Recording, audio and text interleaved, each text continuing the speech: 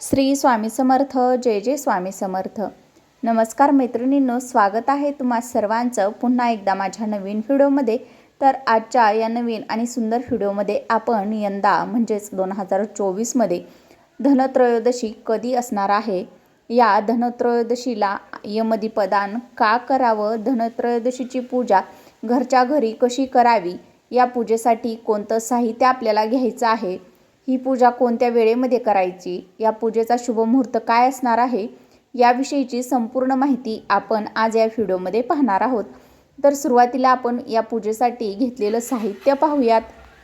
तर ही पूजा मांडण्यासाठी आपल्याला एक चौरंग लागणार आहे. त्याच्यावरती एक लाल रंगाचं कापड अंथरून घ्यायचं आहे. तर ही पूजा करण्यासाठी आपल्याला लक्ष्मी मातेचा फोटो, भगवान धन्वंतरी देवाचा फोटो, गणपती बाप्पांची मूर्ती आणि त्यासोबतच एक स्वच्छ पाण्यानं भरलेला कलश, एक नारळ आणि 5 सुगड आपल्याला घ्यायचे आहेत, धान्याने भरलेले, अक्षदा घ्यायच्या आहेत, फुलं घ्यायची आहेत, अगरबत्ती घ्यायची आहे, पंचामृत घ्यायचं आहे. तर असं हे जे साहित्य आहे तर ते आपल्याला लागणार आहे. त्यासोबतच ही धन्वंतरी जयंती म्हणून सुद्धा हा दिवस ओळखला जातो. या दिवशी आपण आयुर्वेदिक वनस्पतींची पूजा करत असतो. तर त्यासाठी सुद्धा मी इथं कोरफड, तुळस, आवळा, त्यासोबतच कडुलिंब, कढीपत्ता यासारख्या वनस्पती घेतलेल्या आहेत. तर हे जे साहित्य आहे तर ते आपल्याला पूजेसाठी लागणार आहे. तर मग आता पूजेला सुरुवात करूया. तर पूजेला सुरुवात करण्या अगोदर आपल्याला दिवा हा प्रज्वलित करून घ्यायचा आहे. तर छोटीशी तांदळाची राच घालून घ्यायची आहे चौरंगावरती आणि त्याच्यावरती आपल्याला दिवा ठेवून हा दिवा प्रज्वलित करायचा आहे. तर बघा, धनतेरस म्हणून सुद्धा हा दिवस ओळखला जातो. धनतेरस हा जो शब्द आहे तर तो धन आणि तेरस या शब्दांचा मिळून हा शब्द तयार झालेला आहे. धन हा शब्द धनसंपत्ती विशेष मानला जातो आणि तेरस म्हणजे 13 दिवस. जेव्हा समुद्रमंथन चालू होतं तेव्हा 13व्या दिवशी भगवान धन्वंतरी हे समुद्रमंथनातून अमृताचा कलश घेऊन बाहेर पडले होते. म्हणून हा दिवस धन्वंतरी जयंती या नावानं ओळखला जातो. तर बघा, आता आपल्याला कलशाची स्थापना करून घ्यायची आहे. तर त्यासाठी इथं मी तांदळाची रास घालून घेतलेली आहे. त्या कलशाच्या पाण्यामध्ये आपल्याला 5 आंब्याची पानं ठेवायची आहेत किंवा खाऊची पानं ठेवायची आहेत. त्यामध्ये 1 रुपयाचं नाणं, 1 सुपारी, हळदी कुंकू, अक्षदा आणि 1 फूल टाकायचं आहे आणि आपल्याला या कलशाची स्थापना करून घ्यायची आहे. कलशाला हळदी कुंकू, अक्षदा आणि फुलं व्हायची आहेत. यानंतर माता लक्ष्मीला आणि भगवान धन्वंतरी देवांना सुद्धा आपल्याला हळदी कुंकू, अक्षदा आणि 1 फूल वाहून घ्यायचं आहे. यानंतर आपल्याला गणपती बाप्पांची जी आहे तर ती पूजा करायची आहे, स्थापना करायची आहे. गणपती बाप्पा हे प्रथम पूजनीय मानले जातात, म्हणून गणपती बाप्पांची आपल्याला सुरुवातीला पूजा करून घ्यायची आहे. तर एका ताम्हणामध्ये मी फुलं, अक्षदा टाकून घेतलेले आहेत. त्याच्यावरती गणपती बाप्पांची मूर्ती ठेवून त्यावरती स्वच्छ पाण्यानं, नंतर पंचामृतानं आणि नंतर स्वच्छ पाण्यानं अभिषेक करून घ्यायचा आहे. आणि नंतर आपल्याला 2 खाऊची विड्याची जी पानं आहेत तर ती ठेवायची आहेत आणि त्याच्यावरती आपल्याला गणपती बाप्पांची स्थापना करून घ्यायची आहे. तर इथं मी खाऊची पानं ठेवून घेत आहे आणि त्याच्यावरती थोड्याशा अक्षदा ठेवायच्या आहेत आणि नंतर त्याच्यावरती गणपती बाप्पांची मूर्ती ठेवायची आहे. त्यासोबतच या दिवशी धनाची देवता माता लक्ष्मीसोबतच भगवान कुबेरदेव यांची सुद्धा पूजा केली जाते. भगवान कुबेरदेव हे धनाचे देवता मानले जातात. तर बघा, समुद्रमंथनाच्या वेळी अमृतासोबतच माता लक्ष्मीसुद्धा समुद्रातून प्रकट झाल्या होत्या. माता लक्ष्मीची उत्पत्तीसुद्धा समुद्रमंथनातूनच झाली होती. म्हणूनच या दिवशी लक्ष्मीपूजन देखील केलं जातं. तर बघा, आता आपल्याकडे जर कुबेरदेवांची मूर्ती नसेल तर सुपारी त्यांचं प्रतीक म्हणून ठेवायचे आहे, अभिषेक करून घ्यायचा आहे आणि त्यांची देखील या विड्याच्या पानावरती स्थापना करून घ्यायची आहे. यंदा म्हणजे 2024मध्ये धनत्रयोदशी तिथी 29 ऑक्टोबरला सकाळी 10:34 सुरू होत आहे आणि ही जी तिथी आहे तर ती 30 ऑक्टोबरला दुपारी 1:17 समाप्त होणार आहे.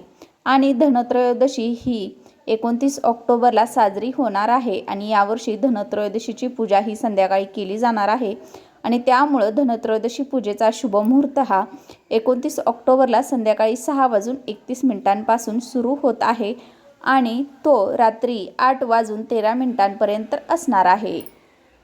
धनत्रयोदशी म्हणजे या दिवशी आपल्या घरामध्ये असणारं जे धनसंपत्ती आहे तर त्याची पूजा करण्याची आपल्याकडे पद्धत आहे. तर त्यामुळं इथं मी धान्यानं भरलेली 5 सुगडं घेतलेली आहेत. तुम्ही 7 जरी घेतली तरीही चालणार आहेत. तर बघा, ही जी धनसंपत्ती आहे तर ती आपल्या घरामध्ये धनधान्याच्या रूपामध्ये सुद्धा असते. पैसे आणि आपले जे सोने चांदी आहे तर ते सुद्धा या दिवशी पूजले जातात. त्यासोबतच या दिवशी भगवान धन्वंतरीचा जन्म झाला होता आणि हा दिवस भगवान धन्वंतरीसाठी अतिशय महत्त्वाचा मानला जातो. या दिवशी आयुर्वेदिक वनस्पतींची पूजा केली जाते. तर इथं मी धान्याची देखील पूजा करून घेणार आहे. तर याला सुद्धा मी हळदी कुंकू, अक्षदा आणि फुलं वाहून घेणार आहे. तर बघा, अशा पद्धतीने आपल्याला धनधान्याची पूजा करून घ्यायची आहे. यानंतर आपल्याला आयुर्वेदिक वनस्पतींची पूजा करायची आहे. तर त्यामध्ये मी कोरफड, कढीपत्ता, कडुनिंब, तुळशीपत्र, आवळा यासारख्या वनस्पती घेतलेल्या आहेत. त्याचबरोबर दालचिनी, तमालपत्र, वेलची या पद्धतीचे जे मसाले आहेत तर ते सुद्धा घेतलेले आहेत. त्यांची देखील पूजा करून घेणार आहे.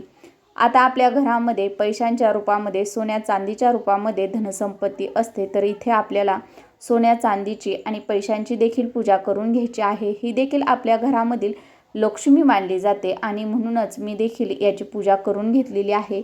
अक्षदा, हळदी कुंकू वाहिलेलं आहे, फुलं व्हायची आहेत आणि त्यानंतर आपल्याला आपल्या घरामध्ये जो पण गोडाधोडाचा पदार्थ बनवलेला असेल तर त्याचा नैवेद्य आपल्याला अर्पण करायचा आहे. धूप, दीप, अगरबत्ती ओवाळून घ्यायची आहे. प्रसादासाठी फळं ठेवायची आहेत. तसेच या धनत्रयोदशीच्या दिवशी यमदीपदान केलं जातं. 13 दिवे प्रज्वलित केले जातात. आपल्या घरामध्ये किंवा घराबाहेर आपल्याला हे 13 दिवे प्रज्वलित करायचे असतात किंवा एक कणकेचा दिवा घेऊन तो प्रज्वलित करून तुम्हाला यमदीपदान करायचं असतं. यमदीपदान म्हणजे काय तर बघा, या दिवशी आपल्याला कणकेचा एक दिवा बनवून घ्यायचा असतो.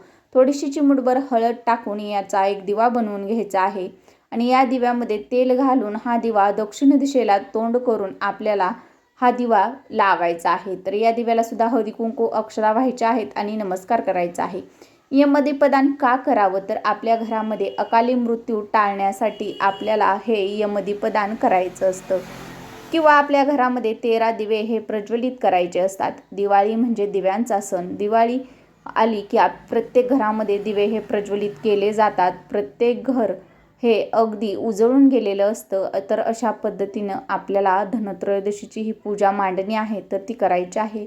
अगदी साध्या आणि सोप्या पद्धतीनं ही पूजा मांडणी करता येते. आपल्या घरामध्ये आहे त्या साहित्यामध्ये आपण ही पूजा मांडणी करू शकतो. तर अशाच पद्धतीनं प्रत्येक स्त्रियांनी आपल्या घरी ही धनत्रयोदशीची पूजा आवर्जून करा. आपल्या घरातील सुख समृद्धी कायम टिकून राहण्यासाठी, आपल्या घरामध्ये अखंड लक्ष्मी नांदावी यासाठी आपल्याला ही पूजा आवर्जून करायची आहे. तर अशा पद्धतीनं तुम्ही घरच्या घरी देखील पूजा आवर्जून करा आणि दिवाळीचा हा सण मोठ्या आनंदात, उत्साहात साजरा करा.